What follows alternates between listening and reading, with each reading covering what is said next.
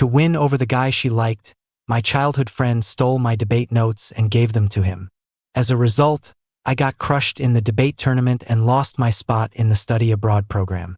Afterward, she brushed it off to other people, saying I just wanted to teach Leo a lesson so he'd stop wanting things he can't have.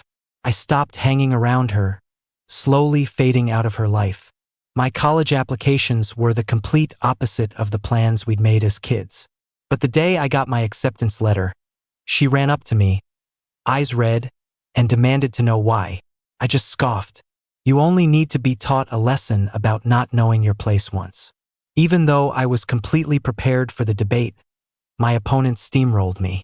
It was like they knew every move and strategy one had planned.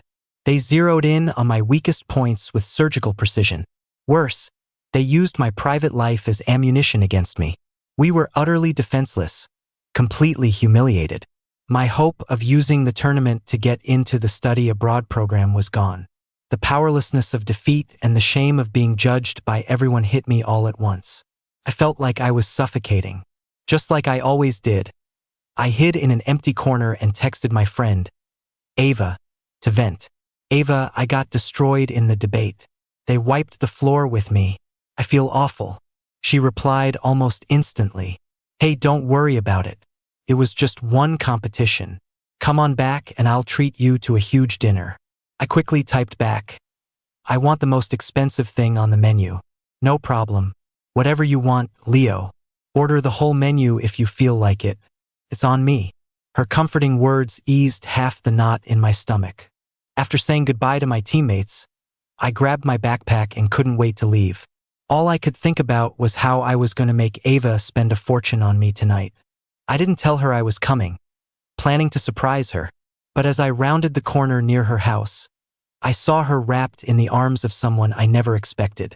It was my debate opponent, the school heartthrob, Chase. He had just transferred to our school this semester. He was also the one competing with me for the study abroad spot. A rare, shy look appeared on Ava's face. Chase, I did a lot of homework to make sure you'd win. I even stole Leo's debate notes for you and told you his secret, that he's the chauffeur's illegitimate son. So tell me, how are you going to reward me for this? Chase ruffled her hair, leaned down, and gave her a light, fleeting kiss. All right, I know you're the best. Good thing you told me all that when you did. It's the only reason we won so easily. Is this a good enough reward? Chase pulled Ava into a tight hug, murmuring, of course not, before leaning in again. They kissed deeply, lost in each other. The sight, combined with Ava's words, made my blood boil. I never would have imagined that my opponent's deadliest weapon came from Ava herself. The other day, Ava had suddenly insisted on checking how my debate prep was going. I thought she was just being caring and was happy about it for a long time.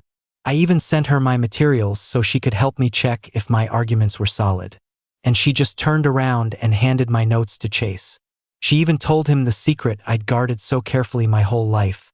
The pain of being exposed and judged in front of everyone during the competition came rushing back. My fists were clenched so tight my nails dug painfully into my palms. It took everything I had not to charge over there. Instead, I pulled out my phone and sent Ava a text.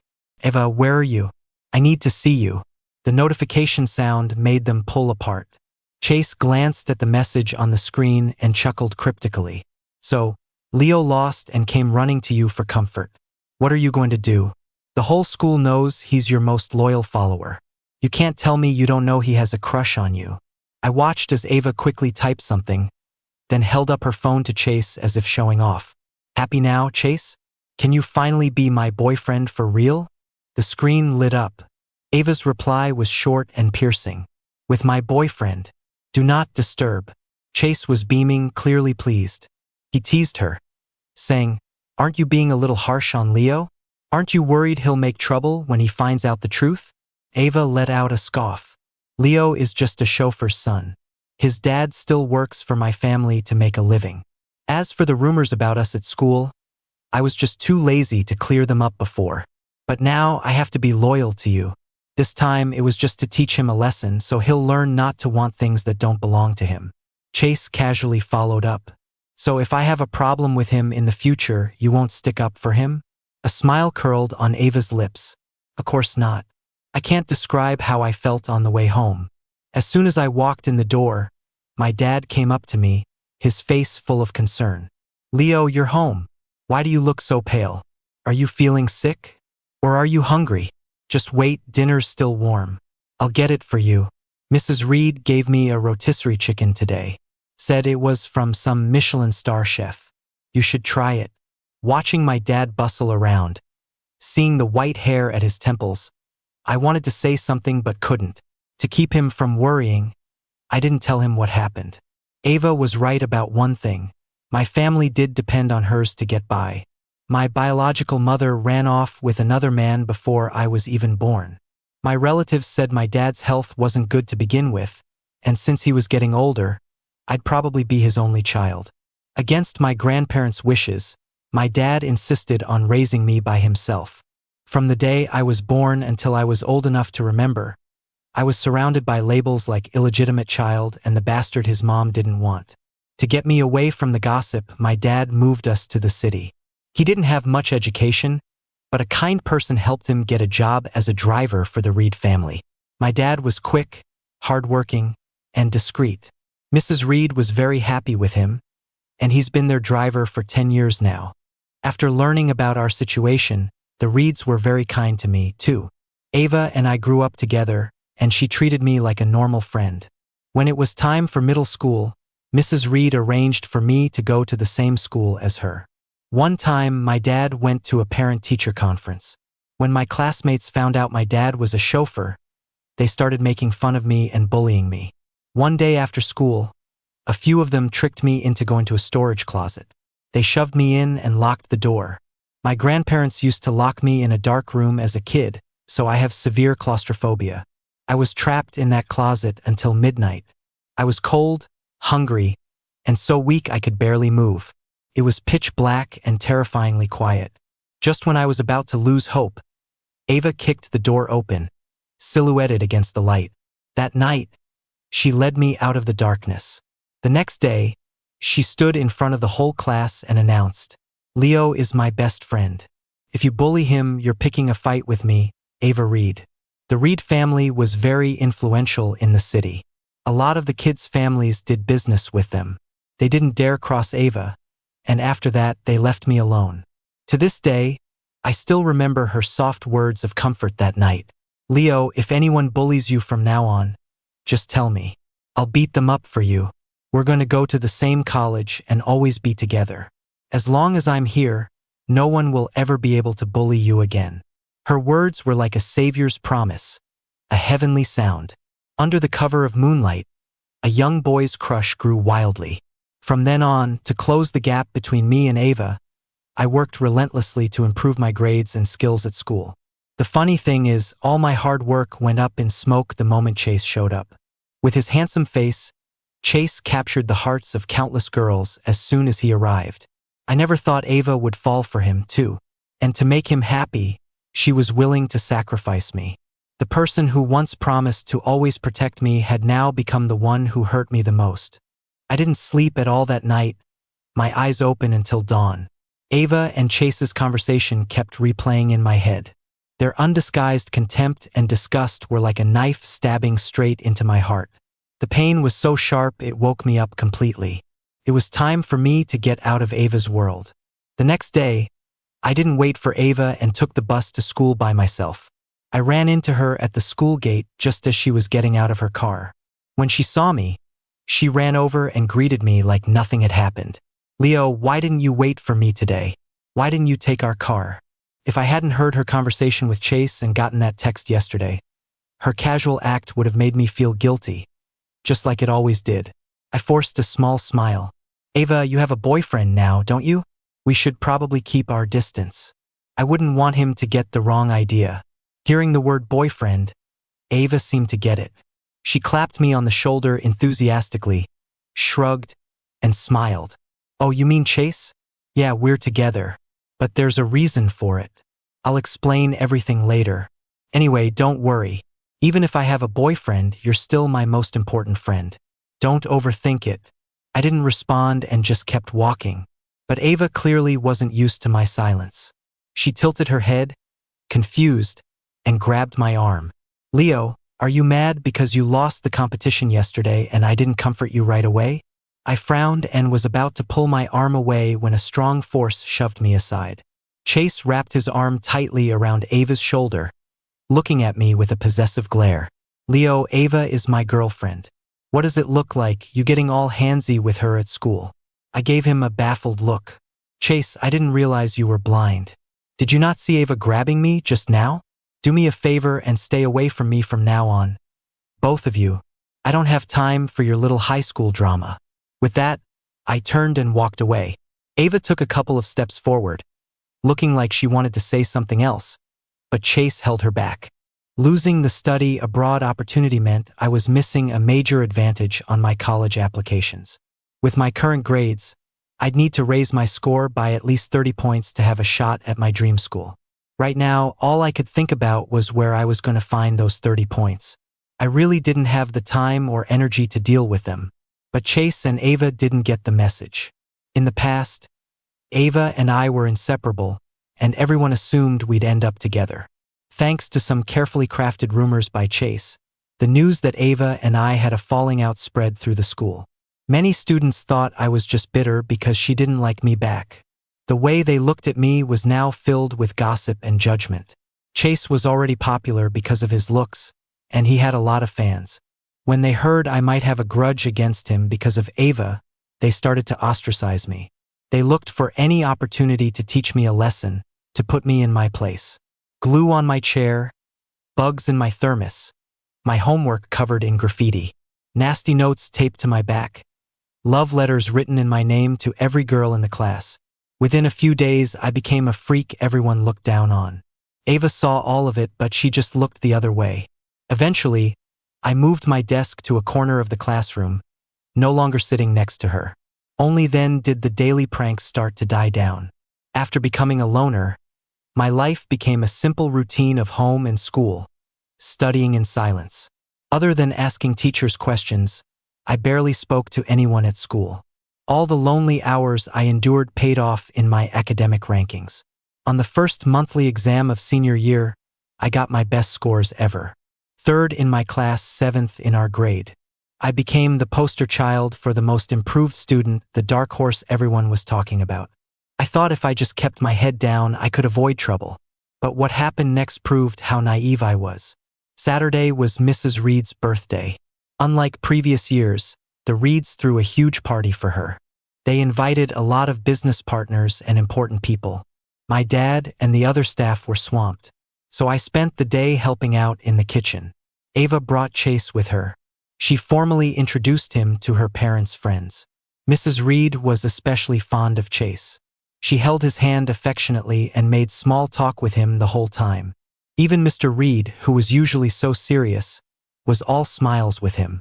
When Chase saw me bustling around in a waiter's uniform, he looked at Mrs. Reed with mock surprise. "Hey, isn't that Leo from our class? What's he doing here?" No wonder everyone used to say Leo and Ava were childhood friends and super close. I guess I'm finally seeing it for myself. Chase's words made Mrs. Reed's face freeze. She shot me a displeased look and explained with a forced smile. "Oh, Leo? He's the son of our driver, Mr. Dawson. He's just helping out today since we're so busy. He and Ava aren't exactly childhood sweethearts. Honestly, you and Ava look so much better together." To make sure Chase didn't get the wrong idea, Mrs. Reed turned to me with a cold expression. "Leo, you can just stay in the kitchen. There's no need to come out to the main hall. We wouldn't want you to bother the guests." Seeing Mrs. Reed, who had always been so kind to me, change her tune so dramatically, I scoffed inwardly, nodded obediently, and quietly slipped away. Ava opened her mouth as if to explain, but under her mother's warning glare, she didn't say a word. Mrs. Reed's coldness clearly put Chase at ease. To help them get closer, Mrs. Reed told Ava to take Chase up to her room to hang out. Just when I thought the day would pass without any more drama, something unexpected happened. Mrs. Reed had someone summon me to the main hall.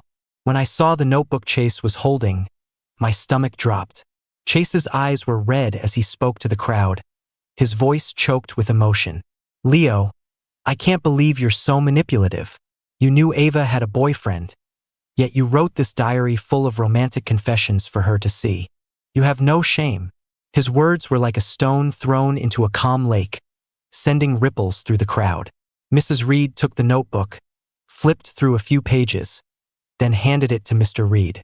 She was shaking with anger, clutching her chest, her finger trembling as she pointed at me. Leo, I want you to ask yourself, has our family not been good enough to you and your father? How could you have such disgraceful thoughts? I am so disappointed in you. After looking through it, Mr. Reed's face was also filled with disapproval. Everyone there was a person of status and social standing. The Reeds' clear stance sealed my fate. I was the driver's son who had no shame, who dared to dream of climbing the social ladder by pursuing the master's daughter. I stood there helplessly in my waiter's uniform, under the watchful eyes of everyone. I was being judged from every angle. The notebook was my diary, where I'd written about my secret crush on Ava. One time, while I was writing in it, Ava caught me red-handed. She snatched the diary, and after reading it, she smiled with satisfaction. But she didn't give it back. Instead, she said, Leo, once we get into the same college, we can be together. I'll hold on to your confession for now. And now, Chase had brought that same diary out into the open. The secret I had tried so hard to hide was being exposed in front of everyone. Whispers and murmurs rose from all around. I felt as exposed and humiliated as if I'd been stripped naked and publicly shamed. My dad heard the commotion and rushed over, shielding me behind him. He kept bowing and apologizing nervously to Mr. and Mrs. Reed. I'm so sorry, Mr. and Mrs. Reed. Leo doesn't know any better. It's all my fault as his father. If you have a problem, take it out on me. Whatever punishment you want to give, I'll accept it. Seeing my dad so humiliated, my heart felt like it was being eaten by a million tiny ants. Fighting back tears, I lowered my head and apologized alongside my father. Sir, ma'am, it was all my fault. I'm so sorry for all the trouble I've caused you. Seeing us groveling like that, a smile finally appeared on Chase's face. In front of everyone, Mrs. Reed announced that they could not tolerate someone with impure intentions around their daughter. Ava's future husband had to be someone like Chase, from a family of equal standing. Ava, one of the main people involved, said nothing the entire time. My dad and I were kicked out of the Reed house on the spot. When we got back to our rented apartment, I looked at my dad with red eyes and apologized. Dad, it's all my fault. I made you lose your job. But my dad didn't blame me. He sighed and pulled me into a hug. Silly boy, how could this be your fault? If anyone's to blame, it's me for not being able to give you a better life. I can tell you haven't been happy lately. You don't talk about Ava all the time like you used to. Our families are from different worlds. With the way the Reeds acted, even if you did end up with Ava, you would have suffered. It's better that we're out of there now. You won't have to force yourself to go to their house for my sake anymore. My dad's words were like a warm spring in winter, washing away all my guilt. After that, I focused even more on my studies and my grades stabilized. Whenever I saw Ava and Chase at school, I would deliberately go the other way. Several times, Ava tried to talk to me, but I always managed to avoid her. My dad also found a new way to make money. He started a food cart. He's a great cook and knows how to make a lot of specialties from our hometown. After getting his food and health permits, he set up his cart at the night market. It quickly attracted a lot of customers. Many people became regulars after just a few visits, constantly recommending our cart to their friends and family. Mrs. Gable was one of them. I'd see her 3 or 4 times a week. She said she'd been away from her hometown for too long. Now that she'd finally found an authentic taste of home, she didn't want to miss it. The food cart got more and more popular, and my dad was often too busy to handle it alone. Whenever I had free time after school, I would go and help him. One day after school, I was working at the cart as usual when I looked up and saw Chase with his arm around Ava, walking into the night market. Behind them was Chase's crew of buddies. When they got to our cart, Chase shot me a smug grin. He sat down with Ava and his friends and yelled at me, "Hey you, get us 10 of your signature dishes. And make it quick. We're waiting." No matter what issues I had with them, When you're running a business, you greet customers with a smile. I put on a smile and asked politely, "Do any of you have any dietary restrictions? Cilantro, onions, garlic? How spicy would you like it?" Chase just waved his hand dismissively. "Just make it the way you normally do. We're just here to see if your food is any good." After the food arrived, Chase poked at it with his chopsticks, took one bite of a flatbread, and then spit it out on the ground. He was clearly looking for a fight. "Hey owner, what is this garbage you're serving? I can tell just from one bite that these ingredients aren't fresh. Are you going to take responsibility if we get sick from this?" A lot of the customers at the cart today were new. Hearing Chase, many of them put down the food they were about to order. A crowd started to gather. Food safety is a huge deal for everyone. If this wasn't handled well, word could spread, and we might not be able to keep our cart open. I knew Chase was just trying to cause trouble. I looked at him calmly. "All of our ingredients are bought fresh every day. We never use leftovers from the day before. If you think it's not fresh, then please show us a doctor's note proving you got sick from our food." Chase laughed like he'd just heard the world's greatest joke. "So the fact that it tastes bad isn't evidence enough? I have to eat the whole thing and end up in the hospital for you to believe me? Is this how you do business? You only admit there's a problem after a customer gets sick?" He was relentless. I clenched my fists and asked in a low voice, "Then what do you want me to do to prove our food is fine?" Chase blinked, then pointed at the piece of flatbread on the ground. "If you dare to pick that up and eat it, I'll believe there's nothing wrong with your food." His words caused a wave of murmurs through the crowd. A few people even took out their phones to record the drama. Making him eat something off the ground? Isn't that a bit much? Maybe they have some history, and he's just here to start trouble? The kid and the owner seem nice enough. Do you think he'll actually pick it up and eat it? Probably not. It's on the ground. That's disgusting. Yeah, kids these days are so picky. No way. My dad didn't want to make a big scene. He bowed to Chase and his friends and pleaded in a low voice. "Eva, how about this? I'll cover your meal today. It's on me. Okay? It's fallen on the ground, and there are a lot of germs. Please don't make Leo eat it." Eva hesitated for a moment, then looked at Chase. "Chase, Leo and his dad are just trying to make a living. Maybe we should just let it go?" Chase crossed his arms and lifted his chin defiantly. "Why should I let it go? No way. Eva, don't tell me you've still got a soft spot for him?" Eva quickly shook her head and said soothingly, "Of course not. I just don't want some nobody to ruin your good mood." Chase's friends started to jeer. "Hey, are you going to eat it or not? Or is there actually something wrong with your food and you're just scared? Yeah, if you won't even eat your own food, why should anyone else? Are you eating it or not? If not, we're out of here, and we'll be sure to spread the word online for you." Chase stared at me with a challenging look. Eva just stood by, her face blank. Rage welled up inside me. Fighting back tears, I yelled, "Fine. I'll eat it. I'll eat it right now." I bent down, picked up the flatbread, and rinsed the dirt off with some water. Just as I was about to put it in my mouth, a firm, elderly voice called out from behind me. "Leo, wait." I turned to see Mrs. Gable and a few of her friends. Mrs. Gable knocked the flatbread out of my hand. She gently wiped the tears from the corner of my eye. Then, she tapped her cane on the ground and looked sternly at Chase and Ava's group. "Young man, you don't look very old. How can you be so merciless?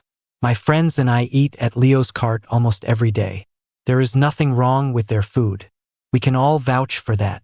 If you don't believe us, you can ask the other vendors around here. They'll tell you it's the truth." Mrs. Gable was a regular at the night market. Every vendor knew her. Seeing this, other vendors also came forward to speak up for us. As the commotion grew, people started to talk about Chase. He started to look uncomfortable and retorted, "How do I know you're not all in on it together? Maybe they're paying you to say this." I looked at him coldly, my voice devoid of any warmth. "Then why don't we call the police and check the security cameras to see who's really causing trouble?" I took out my phone to call the police, but he slapped it out of my hand and onto the ground. Chase's eyes darted around nervously. "Don't call the police. At that point, it was pretty clear to everyone who was in the right and who was in the wrong. He grabbed Ava and tried to leave, but Mrs. Gable blocked their path with her cane. She said patiently, "Young man, since you won't call the police, it means you're admitting to falsely accusing this vendor. You can't just leave. You have to apologize to Leo and his father and clear their names before you go." Chase was already on edge.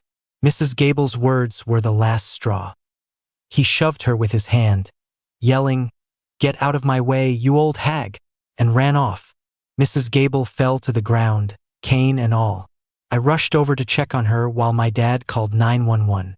We left the cart and went with the ambulance to the hospital. Thankfully, Mrs. Gable only had a minor fracture in her leg and some scrapes. No other serious injuries.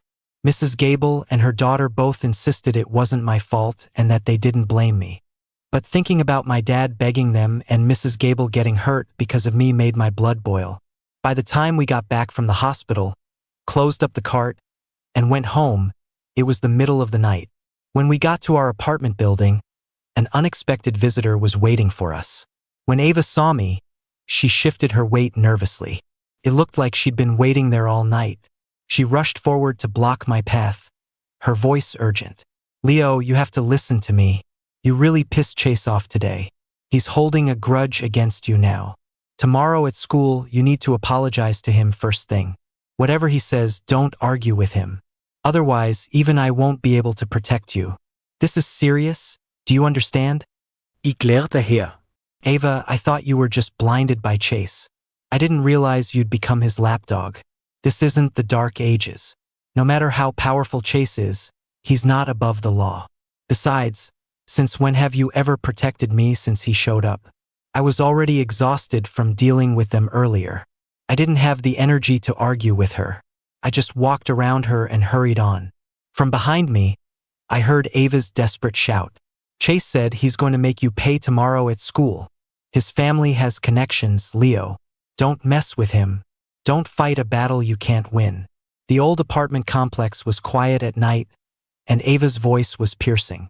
Knowing Chase's personality, I was sure he wouldn't let this go. Did having a powerful family mean you could bully people however you wanted? First, he used dirty tricks to steal my study abroad spot, and then he caused a scene at our food cart. Was he going to try to get me expelled now? Who did he think he was? Remembering the conversation I'd overheard between Mrs. Gable and her daughter outside the hospital room, an idea began to form in my mind. The next day, as soon as I walked onto campus, I heard students talking. The story about Chase causing a scene at the night market and pushing an old woman had been reported to the school. Several people who were there that night had called the dean's office to complain. Under public pressure, the school administration issued a public warning to Chase and his friends overnight. The disciplinary notice was posted on the school's bulletin board and online forum. But for Chase, a punishment like that was nothing more than a slap on the wrist. Just as I expected, I had barely sat down in my classroom when Chase and his crew swaggered over to me, full of threats. "Leo, I have to admit you've got some moves. Getting the school to give me a warning. But since you don't know when to quit, don't blame me for what happens next. Don't even think about running off after school today. You and I are going to settle this." Behind him, Ava kept trying to catch my eye, signaling for me to apologize to Chase. But I didn't budge. I just smiled back at him calmly. "Sure, let's see who runs." When the final bell rang for lunch, I stayed in my seat. After the other students had left, Chase and his group, with Ava in tow, stormed into the classroom. On his signal, 2 of them unplugged the security camera. With no cameras watching, Chase felt completely unrestrained. He had his friends hold me down while he started slapping me across the face, asking over and over, "Had enough? Leo? Still think you can mess with me?" After about a dozen slaps, my face was swollen and red. I could taste blood in my mouth. But I clenched my teeth and shouted back, "Never. Chase, why are you so obsessed with bullying me?" Chase poked me hard in the forehead with his finger and sneered, "What? Do I need a special reason to hit you when I feel like it? But since you asked, I might as well let you know why you're in so much pain." What Chase said next shocked me. I couldn't believe his grudge against me started over something so small. At the beginning of the year, during the vote for school heartthrob, someone commented on the school forum that I was better looking than Chase. That comment got a lot of likes and became the top reply. Chase saw it and was pissed. On top of that, Ava and I were still close back then. Ava was one of the prettiest girls in school. From the moment Chase arrived, he was interested in her. But at first, Ava wasn't really responsive to his advances. Then suddenly, things changed. It was like Ava became a different person, suddenly willing to do anything Chase wanted. Chase was used to getting whatever he wanted. Even after he and Ava got together, he still blamed me for his initial frustrations at the new school. He hated my guts. It seemed like the only way he could feel better was by making my life miserable. I couldn't understand his twisted, sick way of thinking. By now, my face was swollen like a balloon. Maybe I was imagining it, but I thought I saw a flicker of pity in Ava's eyes. She held onto Chase's arm, stroking it gently, and said casually, "Chase, look at him. He's a pathetic mess. It's making me sick. Maybe you've taught him enough of a lesson for now? I'm afraid I'll lose my appetite for lunch." Chase wiped his hands on a napkin and threw it in my face. He said, as if granting a huge favor, "Fine. Let's leave it at that for now. I'm hungry too. Let's go, guys. Lunch is on me. As for Leo, let's just throw him in the storage closet. Didn't you say he's claustrophobic? I've never seen someone have an attack like that. Today seems like a good day to learn something new." Ava's face froze. She hesitated. "Chase, I don't think that's a good idea. What if something really bad happens?" I'm afraid. Before she could finish, Chase cut her off. He looked annoyed. "What's there to be afraid of? What could happen? Don't tell me you're getting soft again.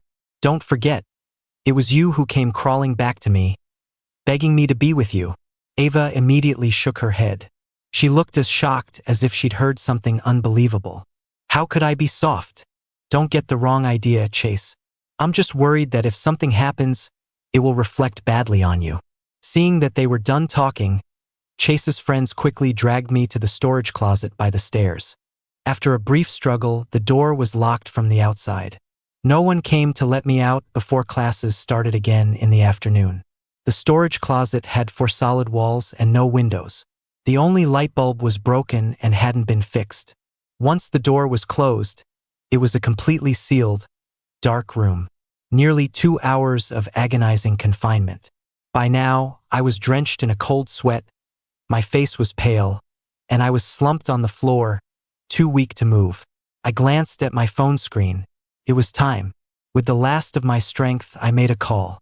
"Hello, I'm in the storage closet in the main building. Please, help me." I passed out before I could finish the sentence. When I opened my eyes, I was in a hospital room. My dad was there, wiping away tears. "Leo, you're finally awake. You scared me half to death. Are you feeling okay? Does anything hurt?" I managed a weak smile. "Dad, do you know who brought me to the hospital?" My dad kept wringing his hands, his eyes welling up with tears. "It was Mrs. Gable's daughter. She's the one who brought you here. She called me, and that's when I found out what happened at school." "Oh, my boy. Why didn't you tell me you were being bullied so badly at school? It's all my fault. I'm not successful enough, and that's why people treat you like this." I weakly lifted my hand to wipe his tears. "Dad, don't worry," I said softly. "I promise after today, no one will ever dare to bully me again." Just then, the hospital room door opened. Ms. Gable walked in, followed by the school principal and a few other administrators. She looked at me with concern. "Leo, do you remember who hit you and locked you in the storage closet? Don't be afraid. Just tell me everything you know. I will make sure you get justice."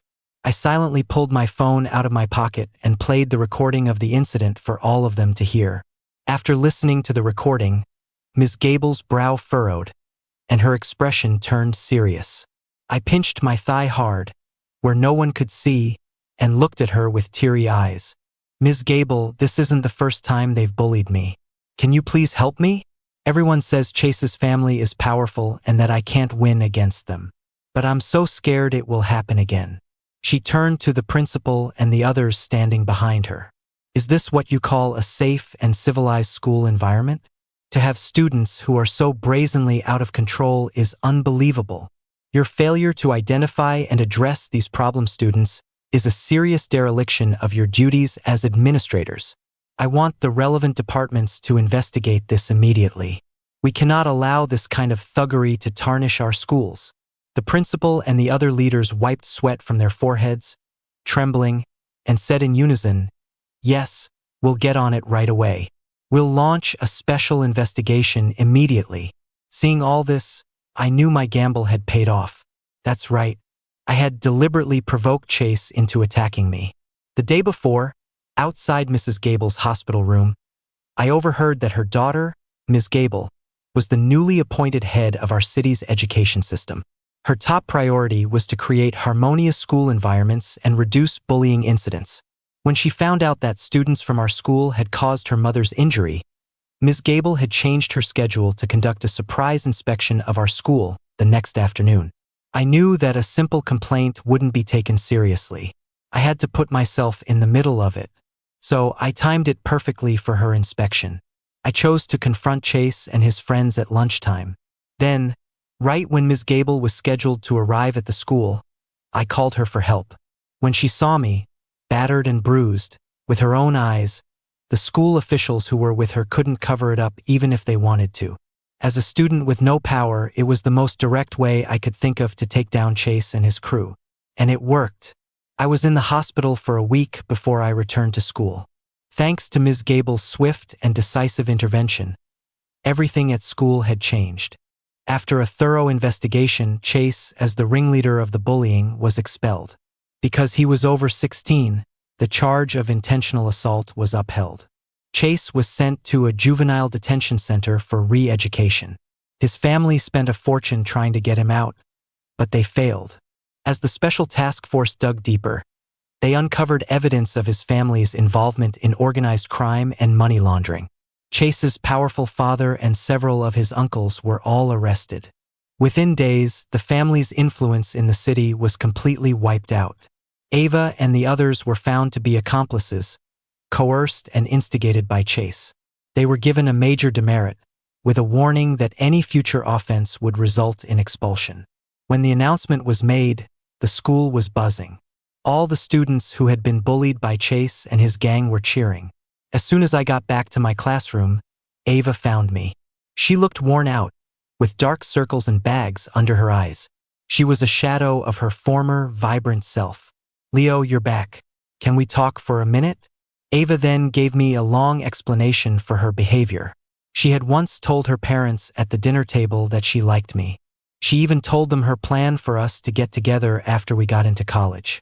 But both Mr. and Mrs. Reed were against it. No matter how much Ava pleaded, they wouldn't agree. The reason was that the Reed family business was facing an unprecedented crisis. They had to find a way to survive. Otherwise, the family might never recover. Chase's family was a long-standing powerhouse in the city, with extensive connections and immense resources. They were the best lifeline Mrs. Reed could find. After learning that Chase had just transferred to our school, Mrs. Reed came up with the idea of having Ava try to date him.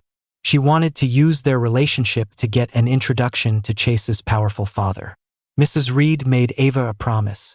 If she could help the family overcome this crisis by pursuing Chase, they would no longer object to her being with me in the future. At first, Ava refused and strongly opposed her mother's plan. She thought it was absurd. But day after day, she watched her parents run themselves ragged trying to save the family business. Her father would come home and pass out on the sofa, too tired to even eat dinner. Her mother, who had always been so elegant, was starting to get gray hair and wrinkles. Ava's heart was moved. To make things easier for her parents, she started to show interest in Chase. Chase already had a thing for Ava. The two of them started dating very quickly. Chase wasn't a deep thinker. After Ava flattered him and whispered in his ear a few times, he immediately set up a meeting between her father and his. After several dinner meetings, the two families established a business alliance, sealed by the happiness of their children. With the help of Chase's family, the Reed's business started to recover. Unfortunately, Chase had been spoiled his whole life and had a domineering personality. When Ava tried to gently break up with him, he flat out refused. After realizing that I was probably the reason Ava wanted to break up with him, Chase started to plot his revenge against me. The debate tournament was his first move. Chase used the Reed family business as leverage, demanding that Ava prove her loyalty to him during the tournament. With no other choice, Ava made up an excuse to get my debate notes and gave them to Chase, along with the secret that I was born out of wedlock. Winning the debate made Chase trust Ava even more. He became even more possessive of her. Whenever he sensed that Ava was pulling away, he would find a way to punish me to force her back in line. A few times, when Ava was angry during an argument with Chase, she told him that he had a worse temper than I did. This reminded Chase of how I had outshone him when he first arrived, and his frustration boiled over. Without a second thought, Chase gathered his friends and forced Ava to watch as they taught me a lesson. To prevent Chase from coming after me again, Ava had to play along. She stopped mentioning my name and said all sorts of things she didn't mean. She stood by and watched as Chase's friends played pranks on me. She made a big show of cutting ties with me for Chase's benefit. But she never expected Chase to find my diary at her mother's birthday party. When Chase made a scene, she didn't dare to stop him. She knew that the more she showed she cared about me, the more viciously Chase would retaliate. So she forced herself to stay away from me, hoping to shield me from his insane rage. The incident at the night market was actually an accident. Ava had wanted to persuade me to just suck up to Chase. She thought that if I could just make him happy, he would stop tormenting me. She had no idea that Mrs. Gable was connected to the new head of the education system. Ms. Gable called the school administration that night and pressured them to deal with the students who had caused the trouble. As the son of the all-powerful Chase family, it was the first time he had been publicly humiliated at school. His retaliation was as arrogant and brutal as his personality. Ava knew she couldn't stop Chase from attacking me. She had planned to sneak away and unlock the storage closet when Chase and his friends weren't looking. But Ms. Gable got there first. Listening to Ava's story, I felt a mix of emotions. She looked at me with pleading eyes. Leo, the Chase family is gone, and Chase is in juvie. No one will ever hurt you again. My parents don't object to us being together anymore. Can we get back together, please? The college entrance exams are coming up soon. As long as we get into the same university, no one can stop us from being together. Looking at her, for a fleeting moment, I saw the girl who had rescued me from the darkness all those years ago. But some things, once they change, can never go back. I didn't give her a clear answer, only one sentence. Let's see if you can get in first. Those words seemed to give her a strange sense of hope. Ava threw herself into her studies. On the last 2 practice exams, her scores were nearly identical to mine. After the final exams, I graduated first in our school and third in the entire city.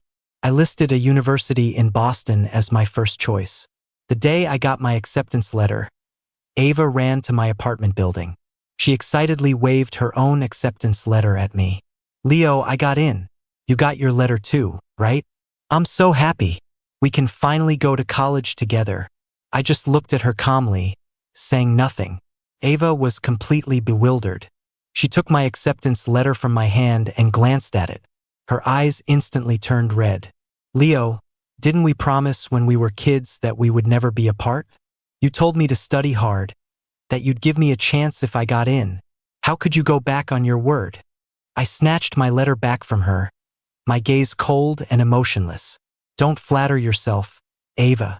I only said that to get you to focus on your exams. The last thing I wanted was for you to one day blame me for failing because I distracted you.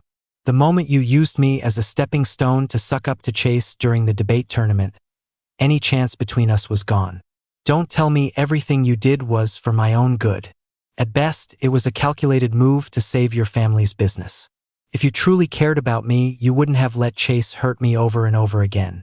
And you never would have told him my most shameful secret. Even without Chase, the next time your family faced a crisis, you would have thrown me away like a sacrifice all over again. I've learned my lesson about not knowing my place. Once was enough. Don't bother me again. Ava was stunned into silence, just standing there, frozen. I chose to study law because I wanted to explore the true meaning of fairness and justice. I wanted to arm myself with better weapons and more effective methods to solve problems, so that in the future, there would be fewer naive kids like me who don't know how to fight back. Before I left for college, Mrs. Gable and Ms. Gable came to see me off. Ms. Gable patted my shoulder earnestly. "Leo, the road is long and difficult, but if you keep walking, you will reach your destination. I believe in you. Keep going." For years later, I returned home and, as I had hoped, became a prosecutor for the city. Every day, I walk in the light of sunshine and justice. I heard news of Ava again at a high school reunion. Not long after graduation, the Reed family's business collapsed. It turned out that all the help from Chase's family had been a setup. It looked good at first, but it was really a bottomless pit. To cover the financial holes, Mrs. Reed tried the same trick again. She had Ava start dating the son of another wealthy family in the city. Ava used the same tactics on him that she had used on Chase. She quickly got together with the rich kid. To prove her loyalty to him, Ava signed a series of prenuptial agreements. The agreements stated that if Ava was unfaithful or initiated a divorce, all assets in her name would go to him. Looking at the list of wedding gifts, Ava really thought she had hit the jackpot. But less than 2 weeks after the wedding, the promised investment from his family never came. The wedding gifts were never transferred to the Reed family as promised. Only then did the Reeds realize they had been expertly played. The whole elaborate wedding was just a scheme to take over their company. The shock caused both Mr. and Mrs. Reed to have strokes, and they were hospitalized. As for Ava, she was trapped. If she divorced, she would lose everything. If she didn't, she would have to watch her family's company be picked apart. With nowhere to turn, Ava started drinking heavily, giving up on herself completely. She came home drunk every night. The new husband had also done his homework on Ava's past and knew everything. He couldn't stand her self-destructive behavior. He would constantly tell her that she deserved it. He said her current situation was karma for sucking up to Chase and betraying me. His words were a constant torment to her. One night, she couldn't take it anymore and drove to the coast to clear her head. But she was still drunk, and in a daze, she hit the gas instead of the brake. She drove herself straight into the ocean and drowned. The classmates who knew the story shivered as they described the grim state of her body when it was recovered. Someone who loved gossip asked me what I thought about it. I just smiled. I'm looking forward. For me, every step forward now is filled with sunlight and strength.